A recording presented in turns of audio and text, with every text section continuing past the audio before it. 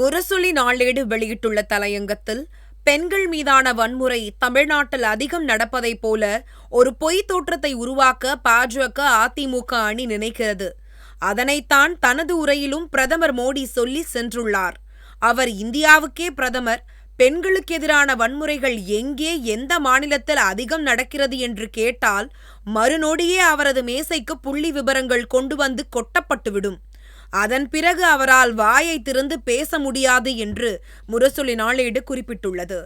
2014ஆம் ஆண்டு பிரதமர் மோடி ஆற்றிய முதலாவது சுதந்திர தின உரையின் போது பாலியல் வல்லுறவுகளை பற்றி கேள்விப்படும்போது வெட்கத்தால் தலைகுனிய வேண்டியுள்ளது என கூறி இந்தியாவில் நடைபெறும் பாலியல் வல்லுறவுகளை கண்டித்ததை சுட்டிக்காட்டியுள்ள முரசொலி நாளேடு, ஆனால் அவரது 11 ஆண்டு கால ஆட்சியில் இவை குறைந்துள்ளதா? அவர் தலைகுனிய மாட்டார், இந்தியா தலைகுனியும் நிலைமையில்தான் புள்ளி விபரங்கள் இருப்பதாக முரசொலி சாடியுள்ளது. 2022ஆம் ஆண்டு ஒன்றிய அரசின் தேசிய குற்றப்பதிவு அறிக்கை வெளியானது. இந்தியா முழுமைக்கும் 31,516 பாலியல் வன்கொடுமை வழக்குகள் பதிவாகியுள்ளன. இதில் முதலாவது இடத்தில் இருப்பது ராஜஸ்தான் என்று குறிப்பிட்டுள்ள முரசொலி நாளேடு, முழுமையான பட்டியலை பாருங்கள். முதலாவது ராஜஸ்தான், 5,399 பாலியல் வன்கொடுமை வழக்குகள். இரண்டாவது உத்தரப்பிரதேசம், 3,690 வழக்குகள். மூன்றாவது மத்திய பிரதேசம், 3,029 வழக்குகள். நான்காவது மகாராஷ்டிரா, 2,904 வழக்குகள். ஐந்தாவது ஹரியானா, 1,787 வழக்குகள். ஆறாவது ஒடிசா, 1,464 வழக்குகள். ஏழாவது ஜார்க்கண்ட், 1,298 வழக்குகள். எட்டாவது சத்தீஸ்கர், 1,246 வழக்குகள். ஒன்பதாவது டெல்லி, 1,212 வழக்குகள்.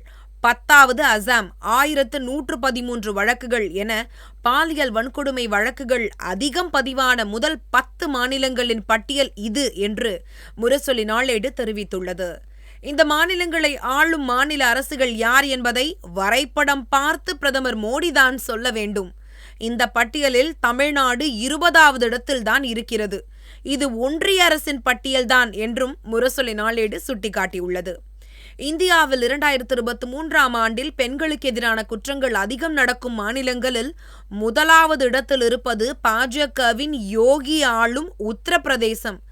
தேசிய குற்ற ஆவண காப்பகத்தின் அறிக்கை இந்த தகவலை வெளியிட்டுள்ளதாக குறிப்பிட்டுள்ள முரசொலி நாளேடு, 2023ஆம் ஆண்டில் மொத்தம் 4,48,211 பெண்களுக்கு எதிரான குற்றங்கள் பதிவாகியுள்ளன. இது 2022ஆம் ஆண்டில் 4,45,256ஆகவும் 2021ஆம் ஆண்டில் 4,28,278ஆகவும் இருந்ததாகவும் கூறியுள்ளது. மாநிலங்கள் வாரியாக பார்த்தால் உத்தரப்பிரதேசம் அதிக எண்ணிக்கையிலான வழக்குகளை பதிவு செய்துள்ளது. அங்கு 66,381 வழக்குகள் பதிவாகியுள்ளன. இதற்கடுத்தபடியாக மகாராஷ்டிரா 47,101 வழக்குகளுடன் இரண்டாவது இடத்தில் உள்ளது. ராஜஸ்தான் 45,450 வழக்குகளையும், மேற்கு வங்கம் 34,691 வழக்குகளையும், மத்திய பிரதேசம் 32,342 வழக்குகளையும் பதிவு செய்துள்ளதாகவும் முரசொலி நாளேடு தலையங்கத்தில் குறிப்பிட்டுள்ளது.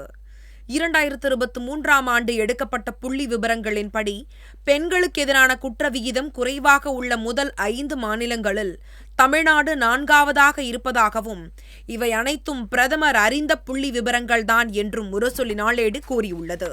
பில்கிஸ் பானு வழக்கில் 14 பேரை கொன்று 7 பேரை சீரழித்த குற்றவாளிகளை விடுதலை செய்து அவர்களுக்கு மாலை போட்டு வரவேற்றது RSS மற்றும் பாஜக கூட்டம் என தெரிவித்துள்ள முரசொலி நாளேடு, இந்த கொடுமைக்கு பொறுப்பேற்க வேண்டியவர்கள் யார் என்றும் கேள்வி எழுப்பியுள்ளது. இவை அனைத்துக்கும் மேலாக ஒரு வாரத்துக்கு முன்னால் ஒரு மாபெரும் சோகம் நடந்துள்ளது. பாஜகவின் இரட்டை என்ஜின் ஆட்சி நடக்கும் மணிப்பூரில் கூட்டு பாலியல் வன்முறைக்கு ஆளான பெண் தனக்கு நீதி கிடைக்கும் முன் மரணமடைந்து விட்டதாகவும் முரசொலி நாளேடு குறிப்பிட்டுள்ளது. 2023ஆம் ஆண்டு மே மாதம் 15ஆம் நாள் மணிப்பூரில் 4 பேரால் அந்த பெண் கடத்தப்பட்டார். ஒரு காரில் இழுத்துச் செல்லப்பட்டார். வேறு ஒரு ஊரில் பல ஆண்களால் தாக்கப்பட்டார். துப்பாக்கி ஏந்திய சிலரால் அங்கிருந்து மீண்டும் கடத்தப்பட்டார்.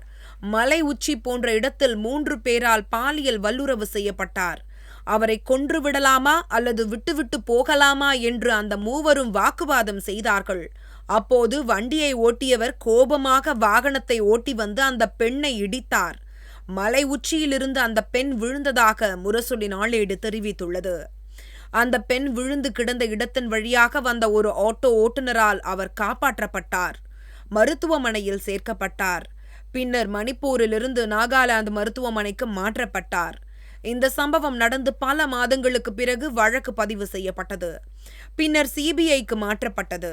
2026 ஜனவரி வரைக்கும் சிபிஐ எதுவும் செய்யவில்லை. இதுவரை யாரையும் கைது செய்யவில்லை. சிபிஐ வெறும் எஃப்ஐஆர் மட்டுமே பதிவு செய்யப்பட்டது.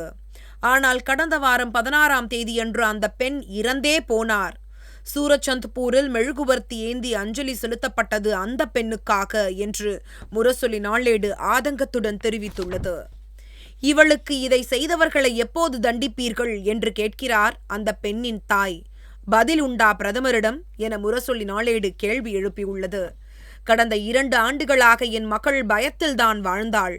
இனிமேல் வாழ விருப்பமில்லை என்று சொல்லிக்கொண்டே இருந்தாள். கனவுகள் வந்து கொண்டே இருந்தது. தூங்க முடியாமல் தவித்தாள். அவள் மனநிலையே அவள் உடலை மோசமாக்கியது என்கிறார் அந்த பெண்ணின் தாய்.